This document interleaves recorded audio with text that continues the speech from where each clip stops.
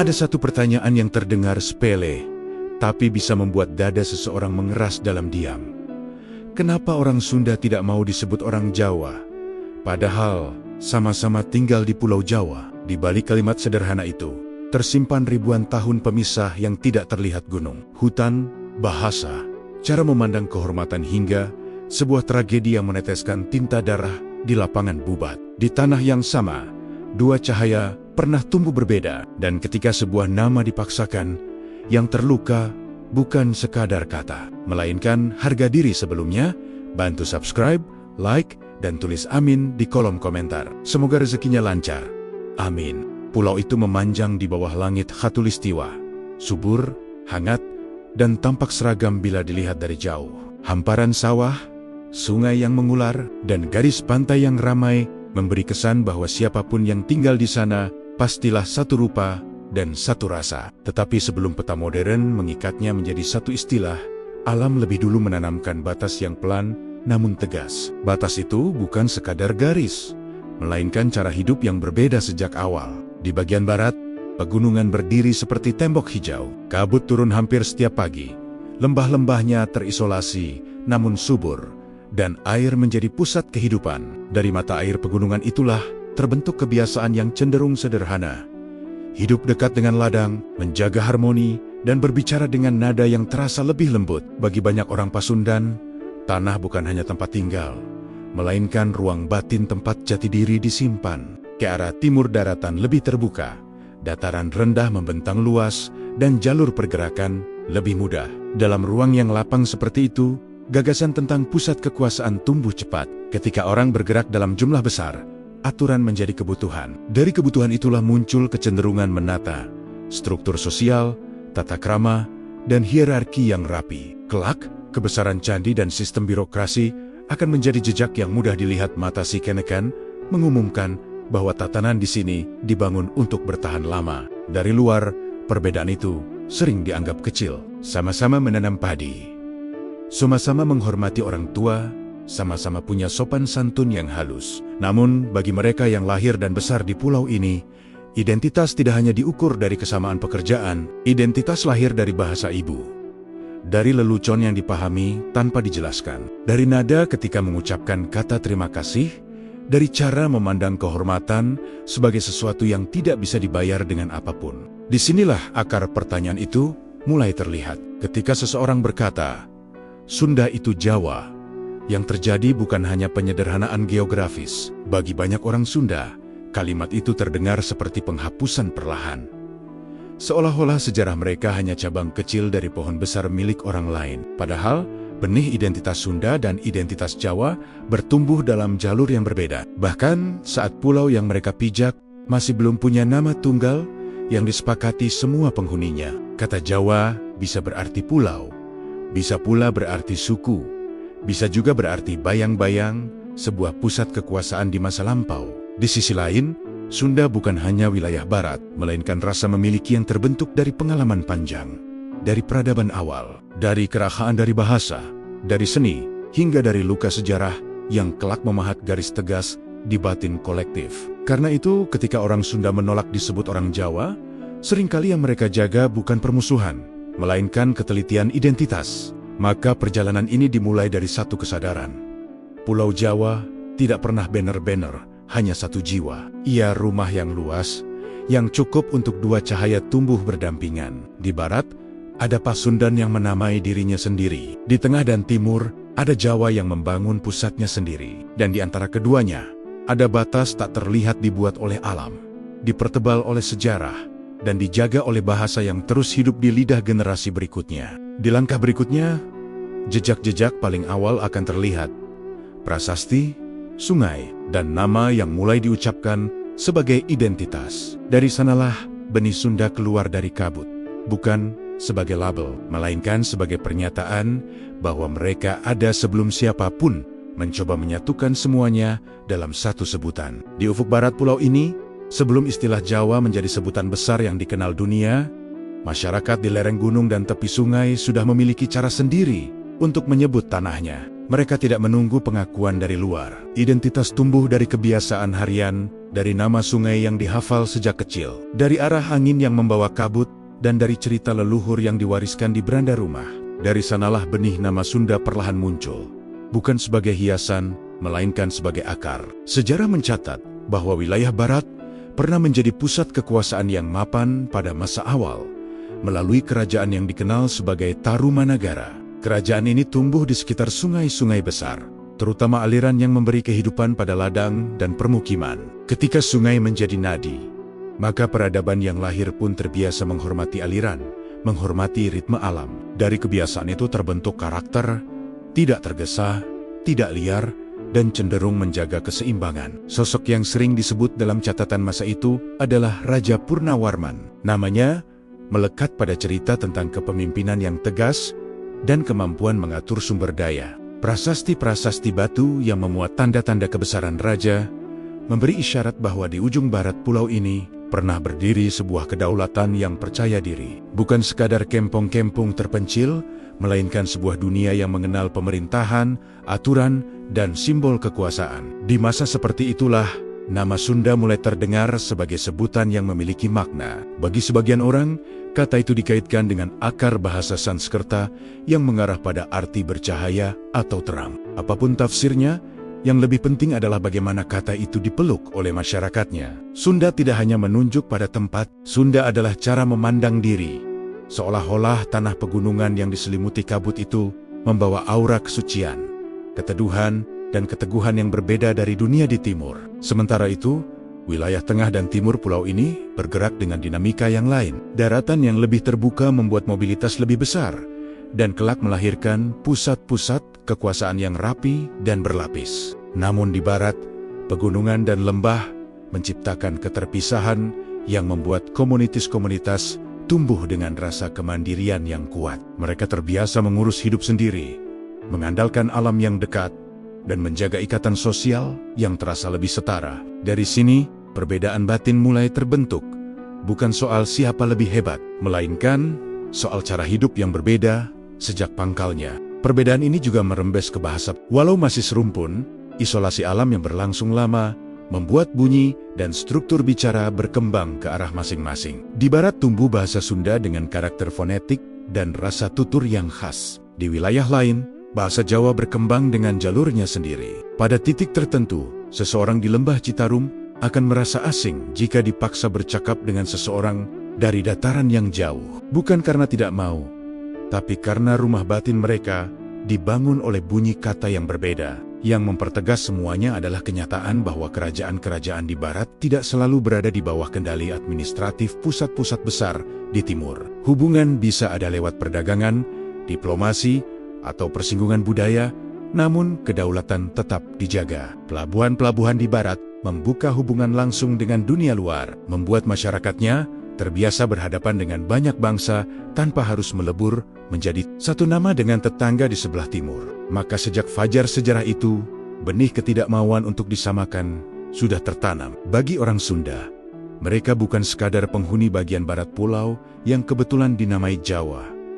Mereka adalah pewaris jalur sejarah sendiri, dengan kerajaan, bahasa, dan rasa hormat yang dibentuk oleh tanah Parahyangan. Menyebut mereka orang Jawa terasa seperti memindahkan akar pohon ke tanah lain, lalu berharap pohon itu tetap sama. Di titik inilah, perjalanan mulai bergerak menuju masa yang lebih matang. Ketika benih identitas sudah tumbuh, ia akan mencari bentuk yang lebih jelas. Dan bentuk itu kelak mencapai puncaknya di sebuah pusat kekuasaan yang namanya terus hidup dalam ingatan, Pajajaran. Dari sana, cahaya dari ufuk barat akan semakin terang, dan alasan untuk tetap disebut Sunda akan semakin sulit digoyahkan.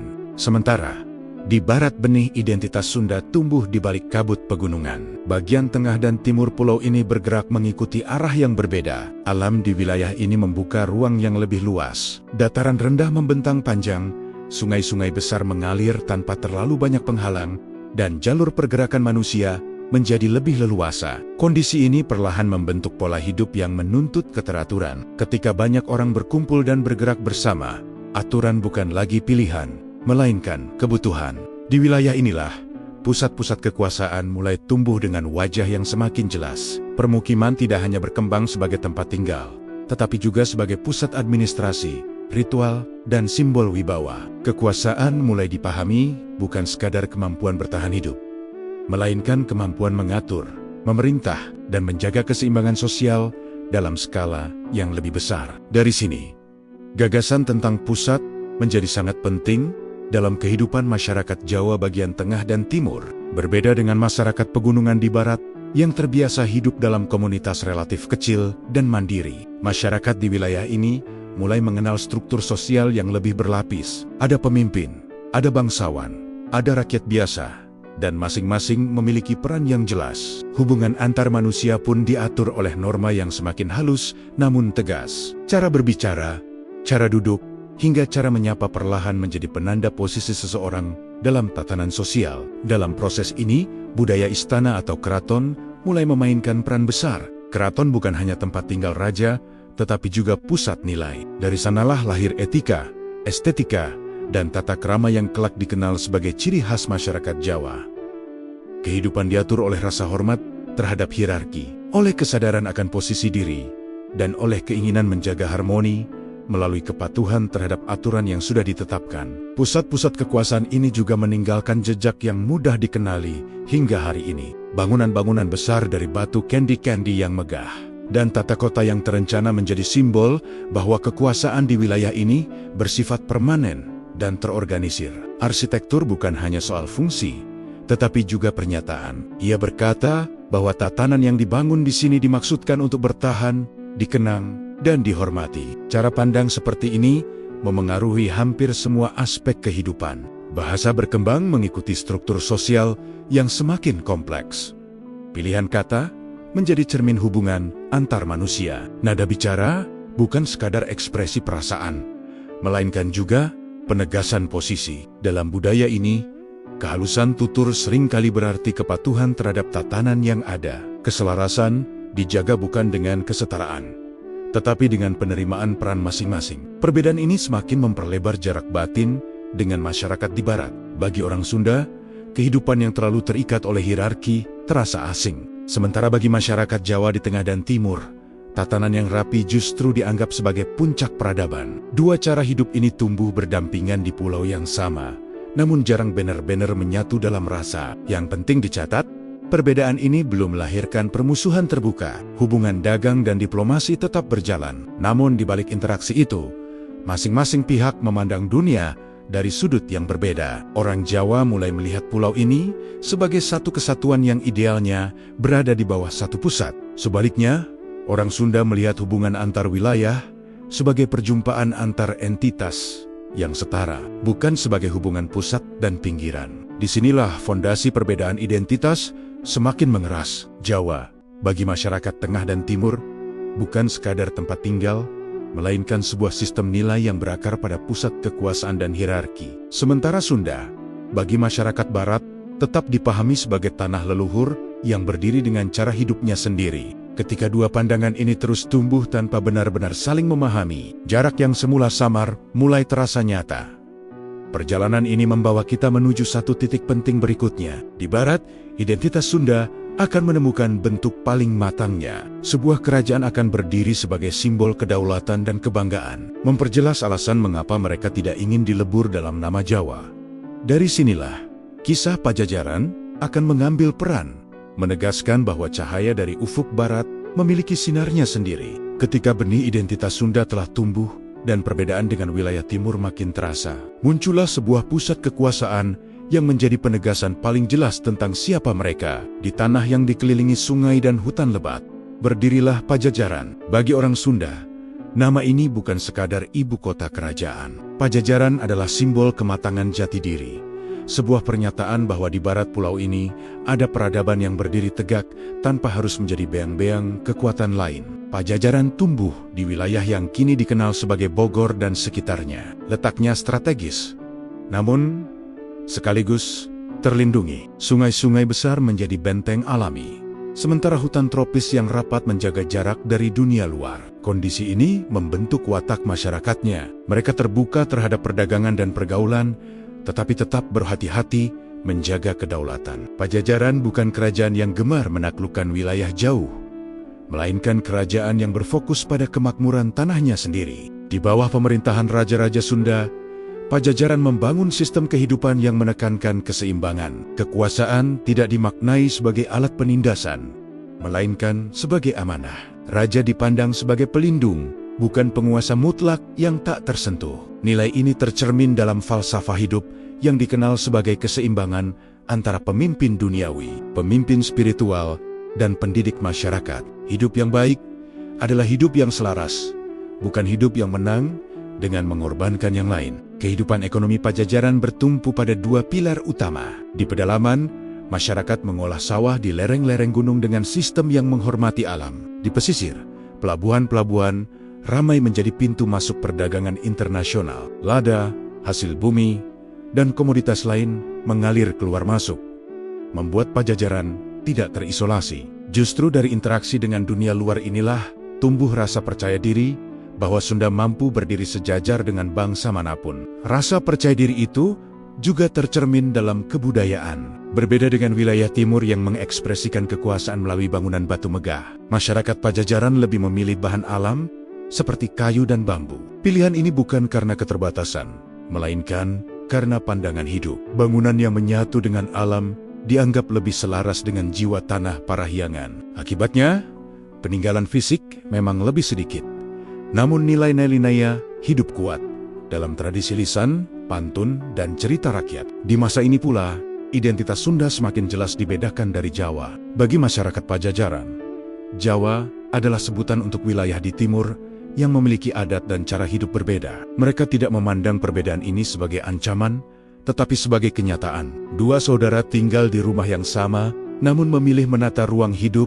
dengan caranya masing-masing. Pajajaran tidak merasa perlu meniru sistem hierarki ketat yang berkembang di timur. Keharmonisan sosial lebih diutamakan daripada penegasan strata. Sosok raja yang paling dikenang dari masa ini adalah Prabu Siliwangi. Dalam ingatan kolektif, ia digambarkan sebagai pemimpin yang welas asih, dekat dengan rakyat, dan lebih mementingkan kesejahteraan daripada kemegahan istana. Cerita tentangnya hidup dalam pantun dan kisah lisan, bukan sekadar catatan kering. Dari sinilah tumbuh kebanggaan yang mendalam. Orang Sunda merasa memiliki figur pemimpin yang mencerminkan nilai-nilai mereka sendiri. Bab Pajajaran menjadi kunci untuk memahami mengapa orang Sunda tidak ingin disebut Jawa.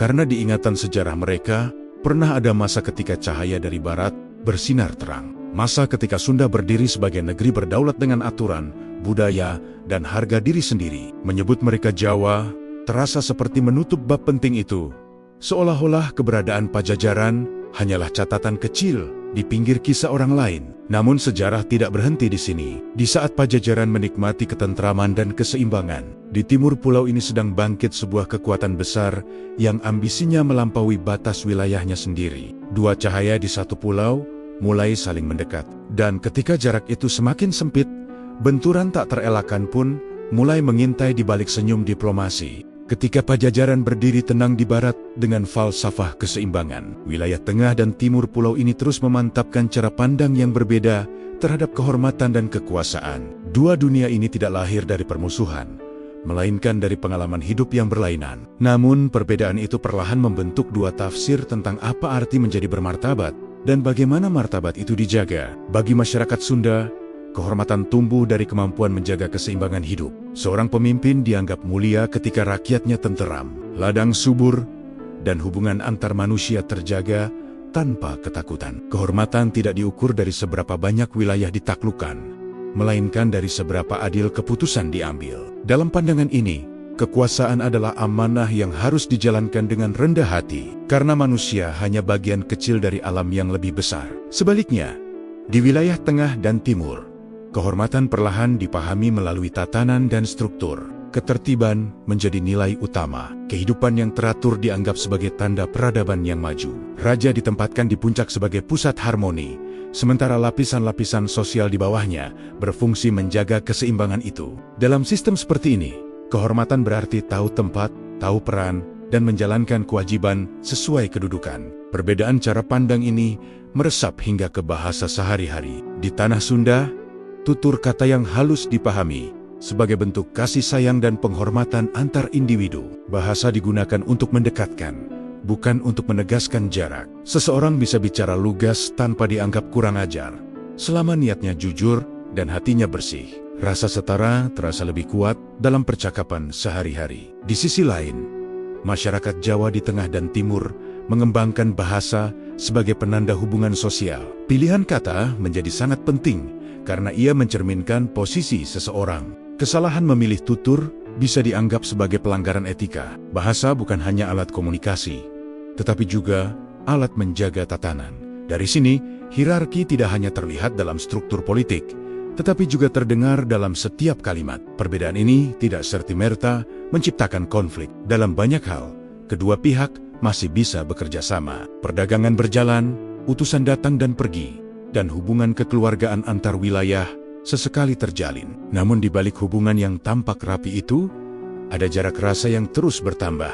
Masing-masing membawa pemahaman sendiri tentang kehormatan dan tidak selalu memahami tafsir pihak lain. Bagi orang Sunda, tuntutan untuk tunduk pada struktur yang terlalu kaku terasa sebagai pengingkaran terhadap kebebasan batin. Mereka khawatir jika kehormatan diukur hanya dari kepatuhan pada pusat, maka nilai keseimbangan yang mereka junjung akan terkikis. Sebaliknya, bagi masyarakat Jawa, sikap yang terlalu egaliter bisa dianggap kurang tertib dan berpotensi mengganggu harmoni besar yang telah dibangun. Dua cara membaca kehormatan ini menjadi fondasi psikologis yang kelak menentukan arah sejarah.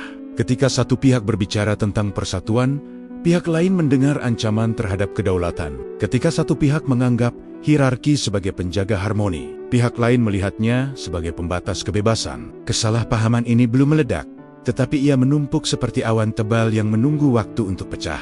Pada titik ini, perbedaan antara Sunda dan Jawa bukan lagi sekadar soal wilayah atau bahasa. Ia telah menjadi perbedaan cara merasa dan cara memaknai hidup. Dua saudara di satu pulau ini berdiri dengan nilai yang sama-sama kuat, namun tidak selalu sejalan. Selama perbedaan itu dihormati, kedamaian masih terjaga. Namun sejarah menunjukkan bahwa akan datang masa ketika perbedaan tafsir kehormatan itu diuji oleh ambisi yang lebih besar. Dan ambisi itu mulai menampakkan wujudnya dari timur. Sebuah kekuatan besar akan bangkit, membawa gagasan penyatuan yang tak bisa ditawar. Dari sanalah, definisi Jawa akan berubah menjadi identitas politik yang kuat, dan jarak batin dengan Sunda akan semakin sulit dijembatani. Dari timur pulau ini, sebuah kekuatan besar mulai bangkit dan perlahan mengubah arah sejarah.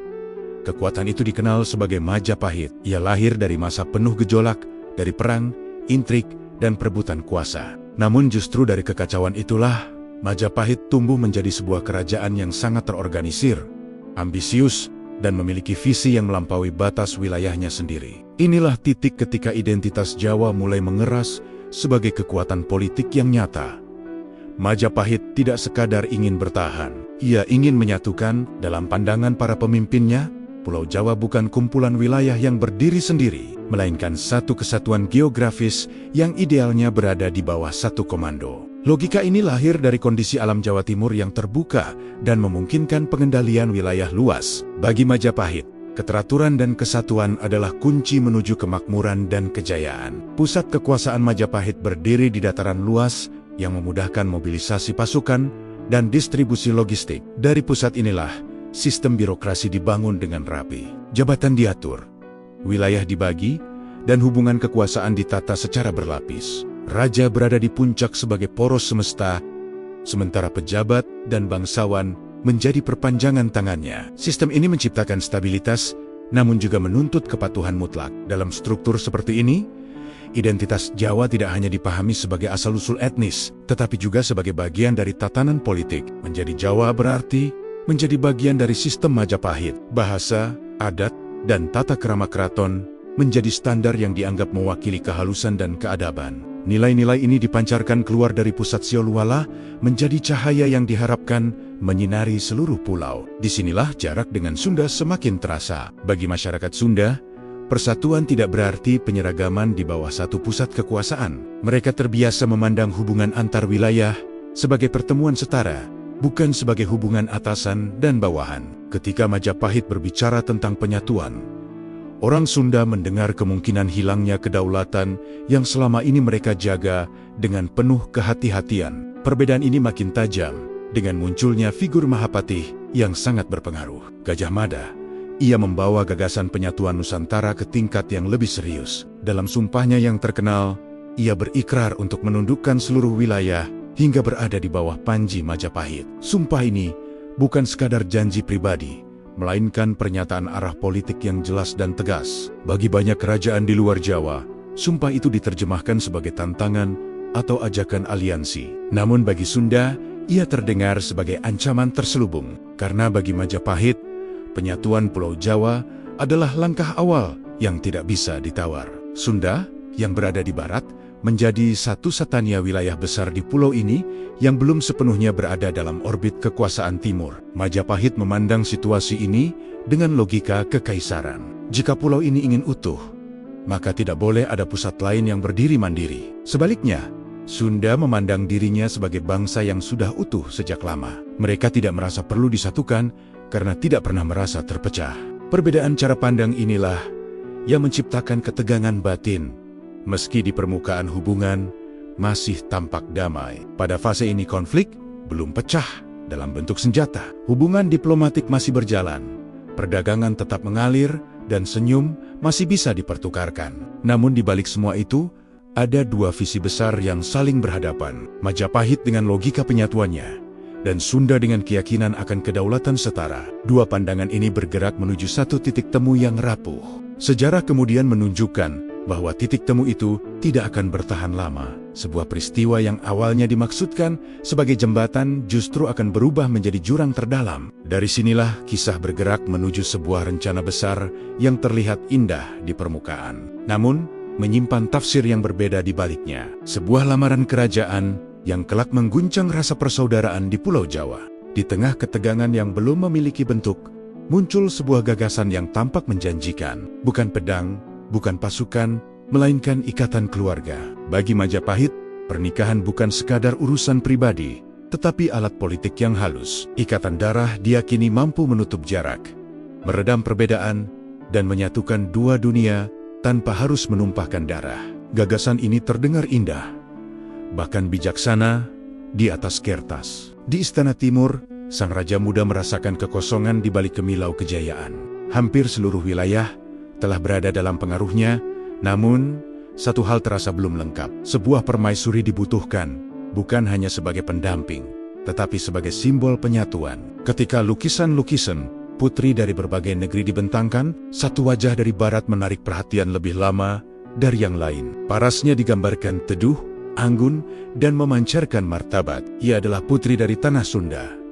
Bagi Majapahit, lamaran ini memiliki dua makna sekaligus. Secara pribadi, ada ketertarikan yang tulus. Secara politik, ada peluang besar. Jika pernikahan itu terjadi, Pulau Jawa bisa disatukan tanpa perang. Sunda akan terikat sebagai saudara, dan perbedaan akan larut dalam satu keluarga besar.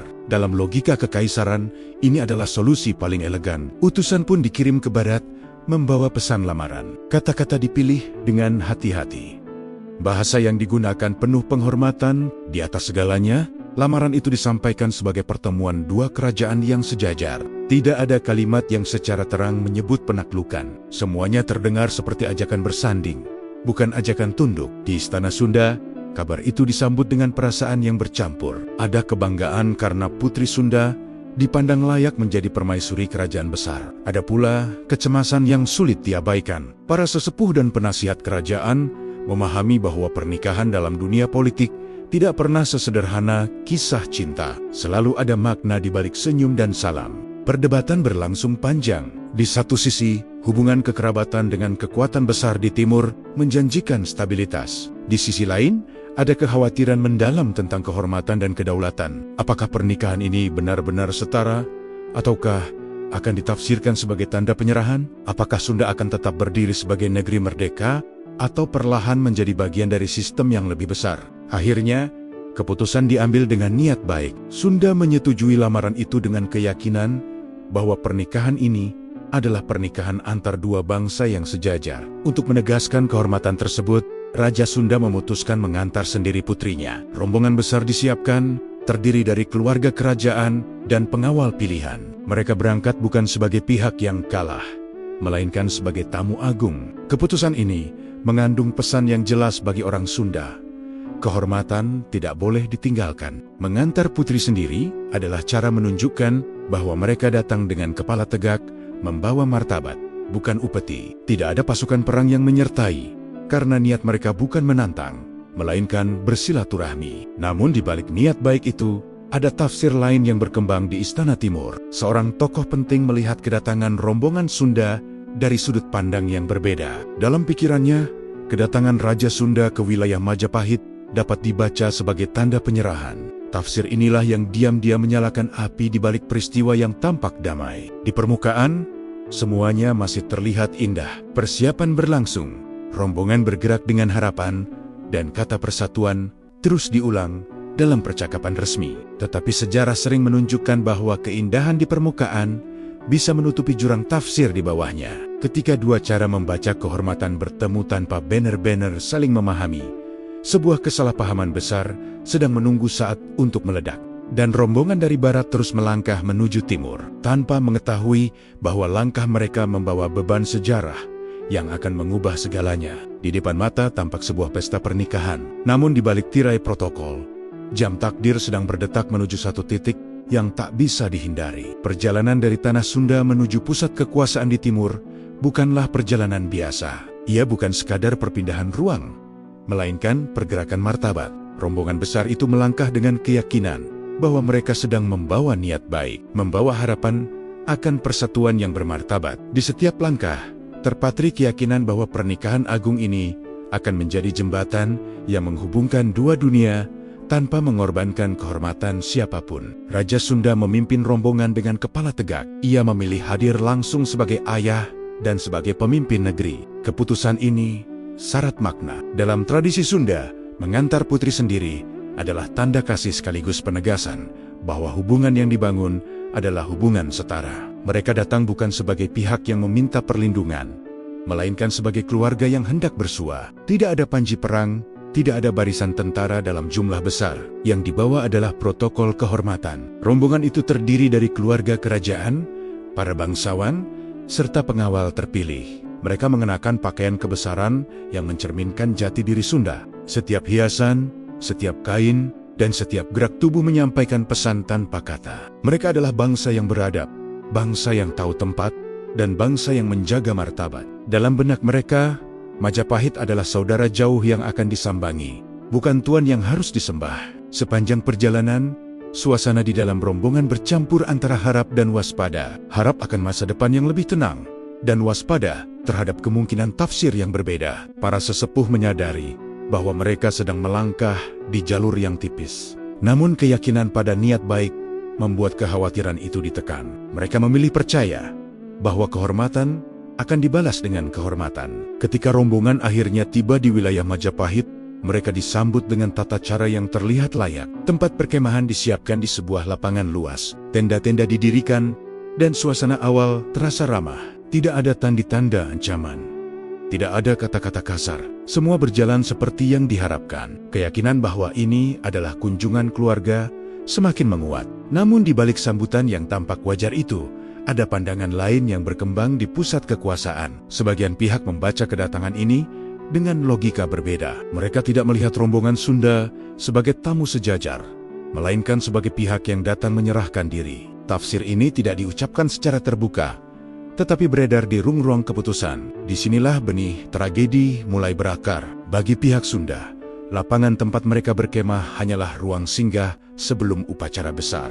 Bagi pihak tertentu di Majapahit, lapangan itu mulai dipandang sebagai panggung penegasan kekuasaan. Dua cara membaca satu peristiwa berjalan berdampingan tanpa saling menyadari. Kesunyian sebelum badai terasa, meski belum ada yang berani menyebutnya. Di dalam tenda-tenda Sunda, pembicaraan masih dipenuhi harapan. Para bangsawan membayangkan pernikahan agung yang akan dikenang sebagai simbol persaudaraan. Mereka tidak menyangka bahwa di luar, pasukan bersenjata telah disiagakan. Tidak ada informasi yang sampai kepada mereka tentang perubahan sikap di tingkat tertinggi. Protokol berjalan, dan kepercayaan tetap dipegang erat. Inilah momen paling rapuh dalam seluruh kisah ini. Ketika niat baik bertemu dengan ambisi, dan ketika kesetaraan bertabrakan dengan logika penaklukan, rombongan dari barat telah sampai di tujuan. Namun tujuan itu ternyata tidak lagi sama di mata semua pihak. Satu pihak melihat pesta pihak lain melihat kesempatan terakhir untuk menegaskan kekuasaan. Sejarah sering bergerak di titik-titik seperti ini, bukan pada saat pedang terhunus, tetapi pada saat tafsir tidak disepakati. Dan di lapangan itu, di bawah langit yang sama, dua dunia sedang menunggu keputusan yang akan mengubah segalanya. Langkah berikutnya bukan lagi soal perjalanan, melainkan soal kehormatan yang akan diuji di hadapan kekuatan yang tak seimbang. Pagi di lapangan itu sebenarnya datang dengan tenang. Embun masih menggantung di udara, dan cahaya matahari menyentuh tenda dengan lembut. Tidak ada tanda bahwa tempat ini akan dikenang sebagai salah satu luka terdalam dalam sejarah Pulau Jawa bagi rombongan dari barat. Hari itu seharusnya menjadi awal dari perayaan, namun ketenangan itu hanya menunggu satu percikan untuk runtuh. Utusan dari pusat kekuasaan datang membawa pesan yang mengubah segalanya. Kata-katanya singkat, namun maknanya menghantam seperti petir di siang bolong. Permintaan itu bukan tentang tata cara pernikahan atau persiapan upacara. Yang diminta adalah penyerahan Putri Sunda sebagai tanda bakti, sebagai simbol tunduknya kerajaan Sunda kepada Majapahit. Bagi pihak yang menyampaikan, tuntutan ini terasa wajar dalam logika penyatuan. Bagi pihak Sunda, ini adalah penghinaan yang tak terbayangkan. Raja Sunda mendengar pesan itu dengan dada bergetar. Dalam sekejap, seluruh niat baik yang dibawa dari barat runtuh. Pernikahan yang dipahami sebagai ikatan secara tiba-tiba berubah makna menjadi penaklukan. Menyerahkan putri sebagai upeti berarti menyerahkan harga diri seluruh negeri. Di titik ini, persoalannya bukan lagi tentang politik, melainkan tentang martabat yang tidak bisa ditawar. Di dalam tenda utama, suasana berubah tegang. Para bangsawan dan pengawal menyadari bahwa mereka berada dalam posisi yang sangat tidak menguntungkan. Jumlah mereka sedikit, persenjataan terbatas, dan mereka berada di jantung wilayah kekuasaan pihak lain. Pilihan yang tersisa hanya dua, tunduk demi keselamatan nyawa, atau melawan demi kehormatan. Dua pilihan yang sama-sama pahit, namun hanya satu yang sejalan dengan nilai yang mereka pegang sejak awal. Keputusan itu akhirnya diambil dengan kesadaran penuh. Lebih baik mati sebagai bangsa merdeka daripada hidup dengan martabat yang diinjak. Keputusan ini bukan hasil emosi sesaat, melainkan puncak dari cara pandang yang telah terbentuk selama berabad-abad. Kehormatan bagi orang Sunda tidak bisa dinegosiasikan. Ia adalah inti dari keberadaan mereka sebagai sebuah bangsa. Ketika penolakan disampaikan, ketegangan berubah menjadi kekerasan. Pasukan bersenjata mengepung lapangan, pertempuran pecah tanpa keseimbangan. Rombongan Sunda bertarung dengan segala yang mereka miliki, meski tahu bahwa peluang untuk menang hampir tidak ada. Mereka bertempur bukan untuk menang, tetapi untuk menunjukkan bahwa harga diri tidak bisa dirampas begitu saja. Lapangan yang semula sunyi berubah menjadi lautan kekacauan. Satu persatu para kesatria gugur. Raja Sunda pun akhirnya jatuh, mempertahankan kehormatan hingga nafas terakhir. Di tengah kepulan debu dan suara benturan senjata, tragedi itu mencapai puncaknya. Putri Sunda, yang menjadi alasan semua ini terjadi, menyaksikan kehancuran bangsanya sendiri. Dalam keheningan yang menyusul, ia membuat pilihan yang paling tragis. Ia memilih mengakhiri hidupnya sendiri demi menjaga kesucian dan martabat. Pilihan itu bukan pelarian, melainkan pernyataan terakhir bahwa kehormatan tidak bisa dipaksa tunduk. Tindakan itu menggema jauh melampaui lapangan tersebut, menembus waktu dan ingatan kolektif. Ketika kabar tragedi ini menyebar, tidak ada pemenang sejati. Ambisi mungkin terpenuhi, tetapi dengan harga yang terlalu mahal. Apa yang terjadi di lapangan itu bukan sekadar bentrokan senjata, melainkan benturan tafsir tentang kehormatan. Salah tafsir yang dibiarkan tumbuh tanpa jembatan pemahaman, akhirnya berubah menjadi tragedi yang tak bisa ditarik kembali. Sejak saat itu, lapangan Bubat bukan lagi sekadar tempat. Ia menjadi simbol patahnya kepercayaan. Simbol luka yang diwariskan dari satu generasi ke generasi berikutnya. Di sanalah garis pemisah itu ditarik dengan tinta darah. Dan sejak hari itu, bagi banyak orang Sunda, penyebutan Jawa tidak lagi netral. Ia membawa bayang-bayang tragedi yang tak pernah benar-benar hilang dari ingatan. Kabar tentang apa yang terjadi di lapangan itu menyebar cepat ke tanah Pasundan. Ia tidak datang sebagai berita biasa, melainkan sebagai gelombang duka yang memukul batin bersama. Ketika rombongan kecil yang selamat akhirnya tiba, membawa cerita tentang gugurnya raja, para bangsawan, dan putri yang memilih mati demi kehormatan, seisi negeri seakan terdiam. Tidak ada teriakan, tidak ada perayaan. Yang ada hanyalah kesunyian panjang yang menyimpan amarah, dan kesedihan sekaligus. Duka itu tidak berhenti pada air mata. Perlahan, ia berubah menjadi tekad. Di dalam ingatan kolektif orang Sunda, peristiwa di Bubat tidak dipahami sebagai kekalahan militer, melainkan sebagai pengkhianatan terhadap niat baik dan kesetaraan. Sejak saat itu, kepercayaan terhadap dunia di timur runtuh, bukan karena kebencian yang membara, melainkan karena luka yang terlalu dalam untuk diabaikan. Tahta kerajaan kemudian jatuh kepada penerus yang masih sangat muda. Ia tumbuh dengan satu pelajaran besar yang terus diulang oleh para sesepuh. Kedaulatan tidak boleh lagi digantungkan pada janji manis pihak luar. Kehormatan tidak boleh diletakkan di tangan orang lain. Pesan ini diwariskan bukan melalui pidato, melainkan melalui sikap hidup yang penuh kehati-hatian. Dari sinilah jarak psikologis mulai terbentuk dengan jelas. Jika sebelumnya perbedaan antara Sunda dan Jawa terasa samar dan masih bisa dijembatani, setelah Bubat perbedaan itu mengeras. Dunia di timur dipandang sebagai ruang yang harus dihadapi dengan waspada. Hubungan tetap mungkin terjadi, tetapi tidak lagi dengan kepercayaan penuh. Setiap langkah harus diukur, setiap kata harus ditimbang. Luka kolektif ini juga melahirkan sikap defensif yang kuat. Dalam kehidupan sehari-hari, masyarakat Sunda semakin menegaskan identitas mereka. Bahasa, adat, dan tradisi dijaga sebagai benteng terakhir. Cerita tentang Bubat diceritakan ulang dari generasi ke generasi, bukan untuk menyalakan dendam, tetapi untuk mengingatkan bahwa harga diri pernah dibayar dengan darah. Peristiwa ini juga mengubah cara orang Sunda memandang istilah Jawa. Sebelumnya, kata itu mungkin hanya menunjuk arah matahari terbit, wilayah di timur pulau. Setelah Bubat, kata itu membawa makna emosional. Ia menjadi simbol dari ambisi yang melukai kehormatan. Maka ketika orang Sunda menolak disebut orang Jawa, penolakan itu lahir dari ingatan yang sangat personal sekaligus kolektif.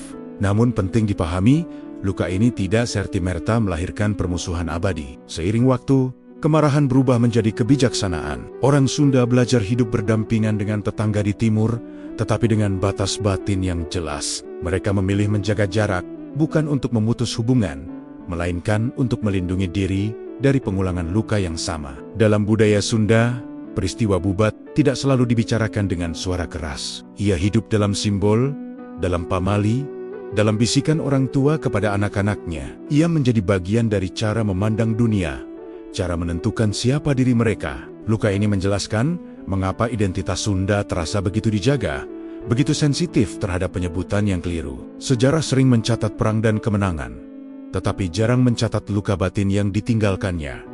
Bubat meninggalkan luka jenis itu, luka yang tidak terlihat, tetapi terus berdenyut. Luka yang membentuk sikap, pilihan, dan cara menamai diri sendiri. Dari luka inilah muncul garis tegas yang tidak tergambar di peta, namun terasa nyata dalam rasa. Dan dari luka inilah pula orang Sunda melangkah ke babak berikutnya. Babak di mana kehati-hatian berubah menjadi aturan dan ingatan berubah menjadi larangan. Sebuah masa ketika identitas tidak hanya dijaga, tetapi juga dikunci rapat agar tidak lagi dipermainkan. Dari sinilah lahir pamali dan benteng, identitas yang akan bertahan selama berabad-abad. Setelah luka itu mengendap menjadi ingatan bersama, masyarakat Sunda tidak memilih jalan balas dendam. Yang lahir justru adalah sikap menahan diri, menarik garis batas, dan merawat kehormatan dengan cara yang sunyi. Dari sinilah muncul pamali, larangan-larangan sosial yang berfungsi sebagai pagar tak terlihat. Pamali bukan sekadar aturan, melainkan peringatan agar sejarah pahit tidak terulang. Salah satu pamali yang paling dikenal adalah larangan menikah dengan pihak dari timur. Larangan ini tidak muncul dari kebencian buta, melainkan dari trauma. Pernikahan yang dulu dipandang sebagai jembatan persaudaraan telah berubah menjadi simbol pengkhianatan. Maka kehati-hatian menjadi nilai utama. Dengan menjaga jarak dalam ikatan keluarga, masyarakat Sunda berusaha melindungi martabat agar tidak lagi dipermainkan oleh tafsir politik pihak lain. Pamali juga meresap ke dalam cara memandang ruang dan simbol. Nama-nama yang berhubungan dengan kekuasaan timur dihindari, bukan karena ingin menghapus sejarah, tetapi karena setiap nama membawa rasa. Rasa itulah yang ingin dijaga agar tidak melukai batin kolektif. Dalam diam, masyarakat memilih menguatkan simbol-simbol sendiri, nama tempat, cerita rakyat, dan tradisi yang menegaskan kami adalah kami di ranah adat. Penguatan identitas dilakukan dengan menata ulang kebiasaan. Upacara-upacara adat menekankan nilai kesederhanaan, kebersamaan, dan kejujuran. Kehormatan tidak lagi diukur dari kemegahan, melainkan dari keteguhan memegang prinsip. Sikap Somea ramah dan terbuka tetap dijaga. Namun di balik keramahan itu, ada kewaspadaan yang halus. Senyum tidak berarti menyerahkan diri. Bahasa menjadi benteng paling kuat di tengah pengaruh luar yang terus datang. Bahasa Sunda dipertahankan sebagai rumah emosi. Anak-anak diajari tutur yang lembut, pilihan kata yang jujur, dan intonasi yang menenangkan. Bahasa bukan hanya alat bicara, tetapi penanda siapa diri mereka. Dengan menjaga bahasa, mereka menjaga ingatan, dan dengan menjaga ingatan, mereka menjaga kehormatan. Pamali juga mengajarkan cara memandang kekuasaan. Pemimpin dihormati, tetapi tidak disakralkan secara berlebihan. Kekuasaan dianggap amanah yang bisa dikritik jika melenceng dari keadilan. Nilai ini membedakan cara pandang Sunda dari sistem yang terlalu menekankan hierarki. Bagi masyarakat Sunda, jarak antara pemimpin dan rakyat seharusnya tidak terlalu jauh agar keadilan tetap terasa manusiawi. Benteng identitas ini tidak dibangun dengan tembok batu, melainkan dengan kebiasaan sehari-hari. Cara menyapa, cara berkanda, cara bekerja di sawah, hingga cara bermusyawarah, semua menjadi latihan kecil menjaga jati diri. Dengan cara ini, identitas tidak dipaksakan dari atas, tetapi tumbuh dari bawah, dari keluarga ke keluarga, dari generasi ke generasi. Seiring waktu, pamali yang keras perlahan melunak. Dunia berubah, kerajaan runtuh, dan peta politik bergeser. Namun jejak pamali tetap tinggal sebagai etika batin. Ia mungkin tidak lagi diucapkan sebagai larangan mutlak, tetapi ruhnya masih hidup sebagai kehati-hatian. Masyarakat Sunda belajar membuka diri tanpa kehilangan pusatnya. Disinilah kita melihat bagaimana luka bisa berubah menjadi pelajaran.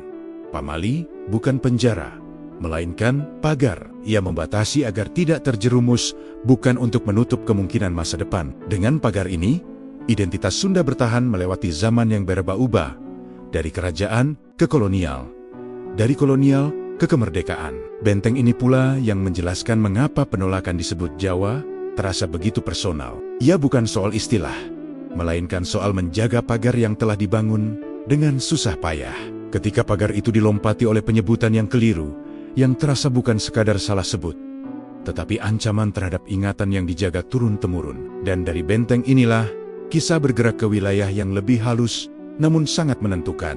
Bahasa sebagai rumah jiwa. Sebab selama bahasa hidup, pamali tidak akan benar-benar hilang, dan identitas akan terus menemukan jalannya untuk bertahan. Jika sejarah adalah akar, maka bahasa adalah batang yang menegakkan identitas. Ia tumbuh perlahan, menyerap pengalaman zaman, dan memberi naungan bagi jiwa sebuah bangsa. Bagi orang Sunda, bahasa bukan sekadar alat untuk menyampaikan maksud. Bahasa adalah rumah tempat perasaan pulang. Di sanalah ingatan, nilai, dan cara memandang dunia disimpan dengan setia. Sejak berabad-abad lalu, bahasa Sunda berkembang di wilayah yang relatif terpisah oleh alam. Pegunungan dan lembah menciptakan ruang yang memungkinkan bahasa ini bertumbuh dengan karakter sendiri. Bunyi-bunyi vokalnya lembut, alunannya mengalir, dan intonasinya sering terasa menenangkan. Ketika seseorang berbicara dalam bahasa Sunda, ada kesan kedekatan yang segera tercipta, seolah-olah percakapan itu mengundang untuk duduk bersama, bukan berdiri berhadap-hadapan. Salah satu ciri yang paling mudah dikenali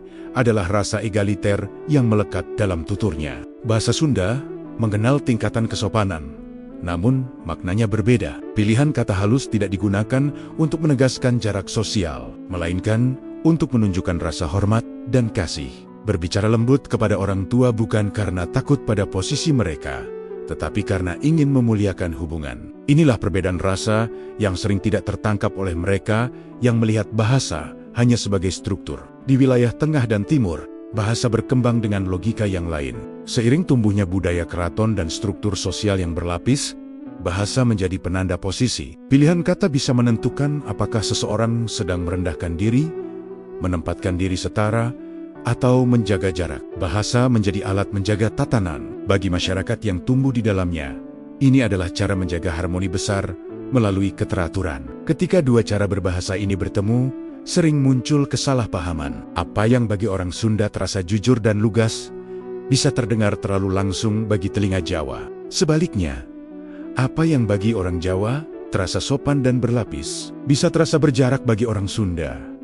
Perbedaan ini bukan soal benar atau salah, melainkan soal rasa yang dibentuk oleh sejarah dan cara hidup yang berbeda. Karena itulah bagi orang Sunda disebut sebagai orang Jawa sering terasa seperti penghapusan bahasa batin mereka, seolah-olah seluruh pengalaman hidup yang dibentuk oleh tutur Sunda dianggap tidak penting. Bahasa Indonesia memang menjadi bahasa persatuan, dan orang Sunda menerimanya dengan penuh kesadaran sebagai warga negara. Namun ketika ingin mengekspresikan emosi terdalam, bercanda dengan hangat, atau menasihati dengan lembut, mereka akan kembali ke bahasa Sunda.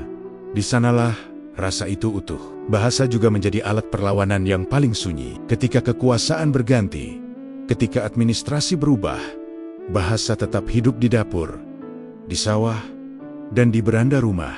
Orang tua mengajarkan anaknya berbahasa Sunda bukan dengan pidato, melainkan dengan teladan. Dari sapaan pagi hingga petuah malam, bahasa menjadi jembatan antar generasi. Selama itu berlangsung, identitas tidak pernah benar-benar hilang. Di masa modern, tantangan datang dari arah yang berbeda. Globalisasi dan media membuat banyak bahasa daerah terdesak. Namun bagi masyarakat Sunda, mempertahankan bahasa adalah bagian dari menjaga martabat. Bukan untuk menutup diri, tetapi untuk tetap berdiri dengan kaki sendiri. Mereka bisa berbicara dalam banyak bahasa, tetapi tetap tahu bahasa mana yang menjadi rumah.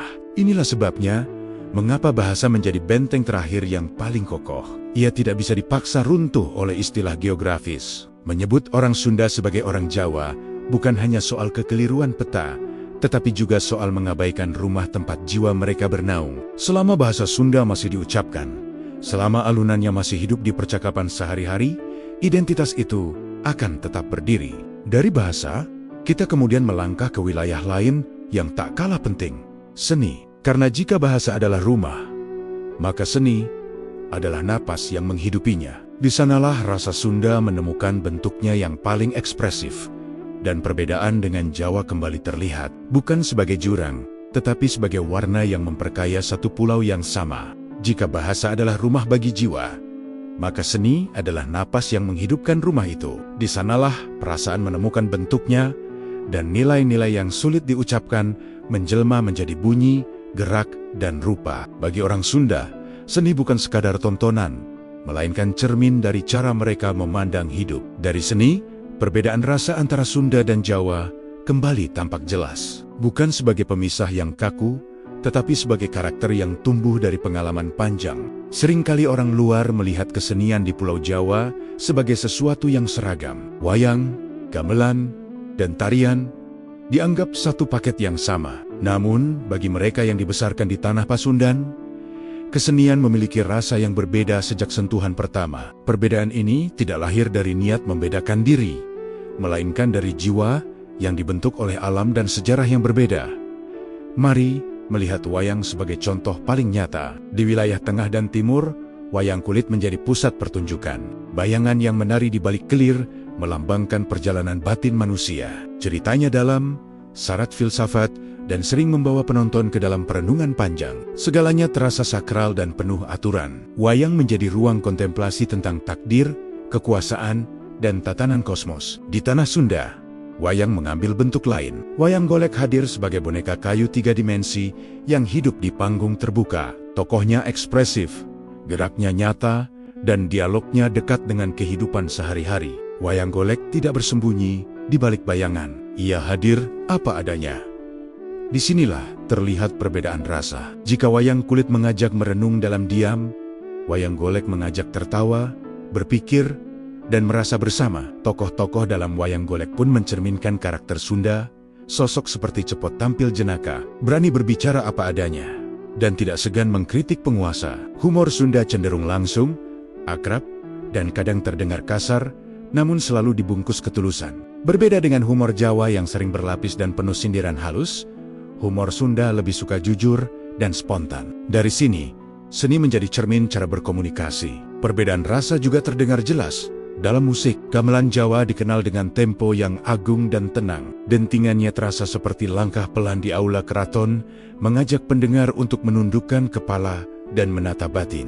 Musik ini berbicara tentang keteraturan dan keseimbangan yang statis. Setiap bunyi berada di tempatnya, tidak berlebih, tidak tergesa. Sebaliknya, Musik Sunda seperti degung dan kecapi suling membawa suasana yang lebih intim. Alunan sulingnya milia kliuk, seperti angin di pegunungan. Nadanya sering terasa melankolis, namun menenangkan. Musik ini bukan tentang kemegahan, melainkan tentang kedekatan dengan alam dan perasaan. Ia tidak mengajak tunduk, tetapi mengajak merasakan. Tarian pun menunjukkan perbedaan yang sama. Tari-tari keraton Jawa sangat terkontrol.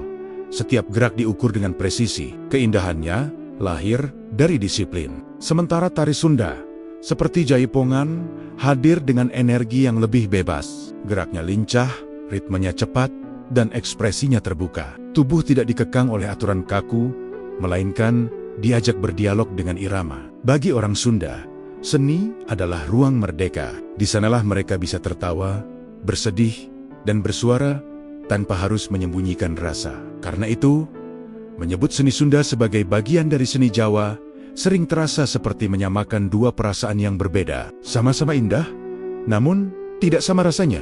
Dari seni, identitas kembali ditegaskan. Bukan dengan kata-kata keras, melainkan dengan bunyi suling, gerak tari, dan tawa penonton. Seni membuktikan bahwa di pulau yang sama ada lebih dari satu cara merayakan hidup. Dan dari perayaan inilah, orang Sunda merasa yakin bahwa menjadi Sunda bukanlah cabang dari Jawa, melainkan warna yang berdiri sendiri dalam kanvas besar Nusantara. Ketika luka lama belum sepenuhnya mengering, bayang-bayang baru muncul dari cakrawala. Kapal-kapal besar dengan layar putih berlabuh di pesisir utara pulau ini. Mereka datang membawa senjata, perjanjian, dan peta. Bangsa Eropa, terutama Belanda, tidak datang untuk memahami kerumitan sejarah antara Barat dan Timur. Mereka datang untuk menguasai. Dan dalam logika kekuasaan kolonial, perbedaan identitas seringkali dianggap tidak penting. Di mata penjajah, pulau ini diberi satu nama besar, Java.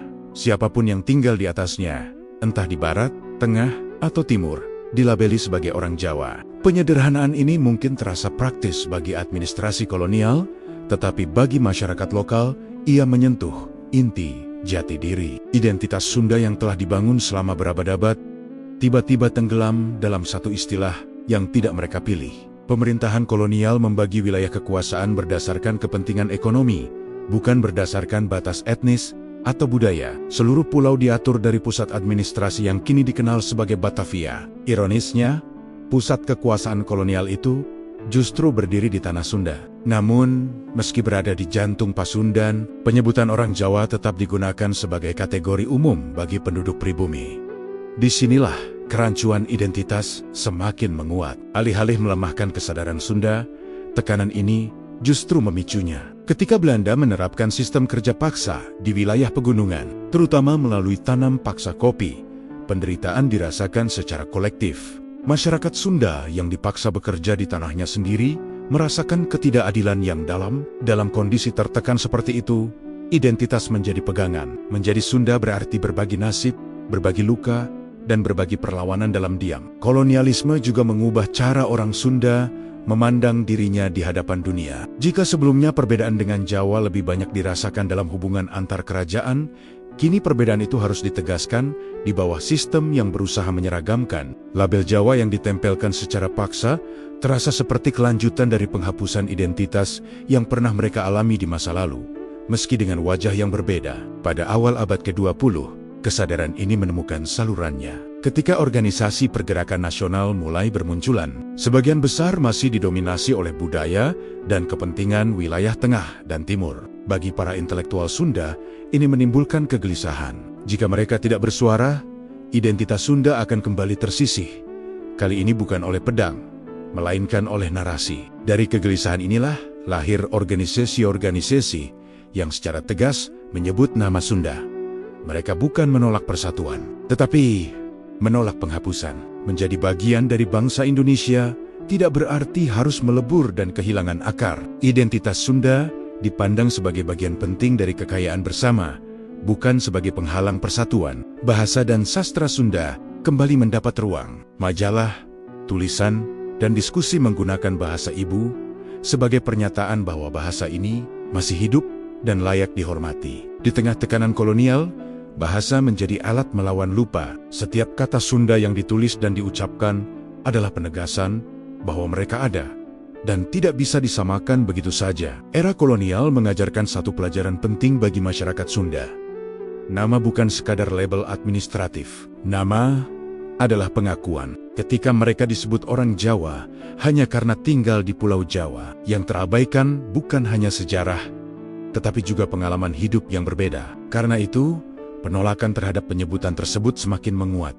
Bukan sebagai sikap eksklusif, melainkan sebagai pembelaan diri. Dari masa kolonial inilah sikap defensif terhadap identitas mengeras, namun juga menjadi lebih matang. Orang Sunda belajar bahwa menjaga jati diri tidak selalu dilakukan dengan perlawanan fisik. Kadang, ia dijaga dengan kata, dengan organisasi, dan dengan kesadaran kolektif. Dan kesadaran ini akan terus dibawa memasuki zaman berikutnya. Ketika dunia berubah lebih cepat dan pertanyaan tentang identitas kembali muncul dalam bentuk yang baru, memasuki abad ke-21, gema sejarah itu tidak lenyap. Ia hadir dalam bentuk pertanyaan sederhana yang sering terdengar di kota-kota Jawa Barat.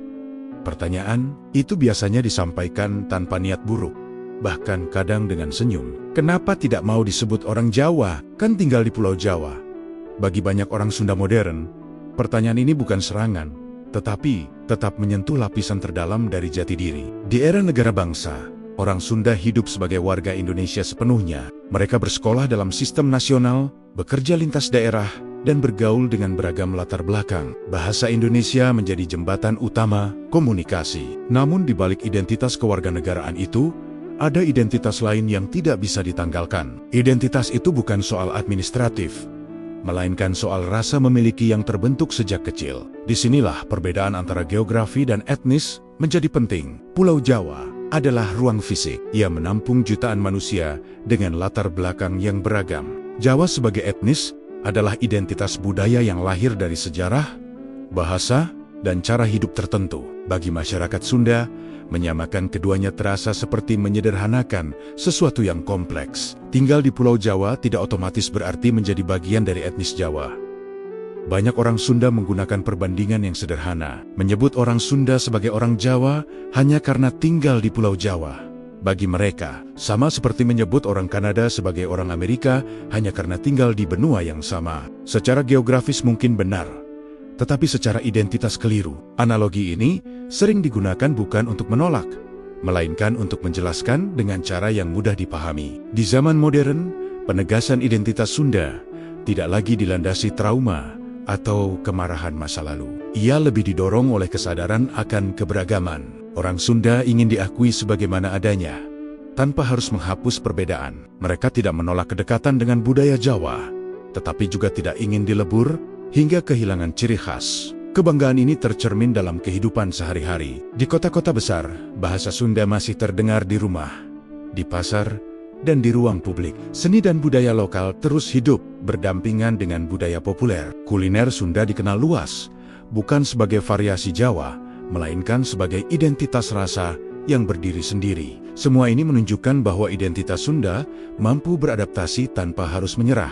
Generasi muda Sunda tumbuh dalam dunia yang lebih terbuka. Mereka akrab dengan teknologi budaya global dan pergaulan lintas suku. Namun banyak dari mereka tetap merasa penting untuk mengetahui asal-usulnya. Menjadi modern tidak berarti melupakan akar.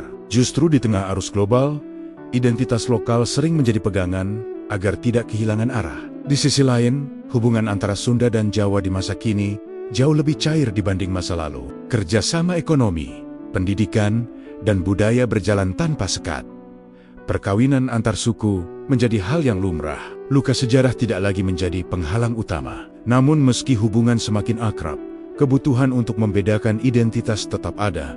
Kedekatan tidak harus berarti penyeragaman. Bagi orang Sunda modern, penolakan disebut orang Jawa bukanlah bentuk eksklusivitas. Ia adalah upaya menjaga kejelasan. Dengan menyebut diri sebagai Sunda, mereka sedang merayakan kekayaan Indonesia yang sesungguhnya. Mereka percaya bahwa persatuan yang sehat justru lahir dari pengakuan terhadap perbedaan, bukan dari penghapusan. Pada titik ini, kita mulai melihat perubahan makna. Jika dulu penegasan identitas lahir dari luka dan kewaspadaan, kini ia lahir dari kebanggaan yang lebih tenang. Identitas Sunda berdiri tidak untuk melawan, tetapi untuk melengkapi. Ia ingin diakui sebagai satu warna penting dalam mozaik besar bangsa. Dan dari kesadaran inilah, kisah ini bergerak menuju penutupnya. Sebuah refleksi tentang bagaimana dua identitas besar di satu pulau bisa tumbuh berdampingan, saling mengisi, tanpa harus saling meniadakan. Karena pada akhirnya, yang dicari bukan siapa yang lebih berhak atas nama, melainkan bagaimana perbedaan bisa menjadi sumber kekuatan bersama. Pada akhirnya, kisah panjang tentang Sunda dan Jawa tidak bermuara pada pertanyaan, siapa yang lebih tua, siapa yang lebih kuat, atau siapa yang paling berhak atas sebuah nama. Kisah ini bermuara pada satu hal yang jauh lebih penting, yaitu pengakuan. Pengakuan bahwa di satu pulau yang sama, dapat tumbuh lebih dari satu jiwa besar, masing-masing dengan sejarah, rasa, dan cara hidupnya sendiri. Orang Sunda dan orang Jawa hari ini hidup berdampingan dalam ruang yang sama. Mereka bekerja bersama, belajar bersama, dan membangun masa depan bersama dalam bingkai negara kesatuan Republik Indonesia. Hubungan itu tidak lagi dibayangi oleh pedang, sumpah, atau ambisi kekaisaran. Waktu telah melunakkan luka, dan generasi baru tidak mewarisi dendam, melainkan pengetahuan tentang masa lalu. Namun, berdampingan tidak selalu berarti melebur menjadi satu warna. Justru keindahan muncul ketika perbedaan diakui dan dihormati. Orang Sunda tidak menolak kedekatan dengan Jawa, sebagaimana orang Jawa tidak kehilangan jati diri hanya karena hidup bersama Sunda. Yang dijaga adalah ruang batin, ruang identitas, agar setiap budaya dapat bernapas dengan bebas. Dalam konteks inilah, penolakan orang Sunda untuk disebut orang Jawa menemukan makna terdalamnya. Ia bukan penolakan terhadap persaudaraan, melainkan penolakan terhadap penyederhanaan. Menyebut orang Sunda sebagai orang Jawa sama seperti meratakan sebuah lanskap yang sejatinya penuh lekuk. Yang hilang bukan sekadar nama, tetapi detail sejarah, bahasa, dan rasa yang membentuk manusia di dalamnya. Tragedi masa lalu seperti peristiwa di Bubat memang meninggalkan luka. Namun, seiring berjalannya waktu, luka itu tidak lagi menjadi sumber permusuhan, melainkan sumber kebijaksanaan. Ia mengajarkan bahwa niat baik harus disertai pemahaman, dan bahwa persatuan yang dipaksakan hanya akan melahirkan jarak yang lebih dalam. Dari sanalah lahir sikap saling menghormati yang lebih dewasa. Hari ini, orang Sunda bangga menyebut dirinya Sunda, sebagaimana orang Jawa bangga menyebut dirinya Jawa. Kebanggaan ini tidak saling meniadakan. Justru keduanya berdiri sebagai dua pilar penting kebudayaan Nusantara. Sunda dengan kesahajaannya, kelugasan tuturnya, dan kedekatannya dengan alam. Jawa dengan kedalaman filosofinya, tata kramanya, dan warisan keraton yang panjang. Jika budaya diibaratkan sebagai sebuah orkestra, maka Sunda dan Jawa adalah dua instrumen dengan bunyi yang berbeda. Kecapi dan suling Sunda mengalun lembut, meliuk seperti angin di pegunungan. Gong dan gamelan Jawa berdentum mantap, memberi irama yang agung. Ketika dimainkan bersama, keduanya tidak saling menenggelamkan. Justru di sanalah harmoni tercipta. Menghormati orang Sunda sebagai Sunda adalah bentuk penghormatan terhadap sejarah panjang yang mereka lalui. Itu berarti mengakui keberadaan Pajajaran, menghargai bahasa Sunda, memahami trauma masa lalu, dan merayakan budaya yang terus hidup hingga hari ini. Pengakuan ini tidak mengurangi siapapun, justru memperkaya pemahaman kita tentang betapa luas dan berwarnanya Indonesia. Akhir dari kisah ini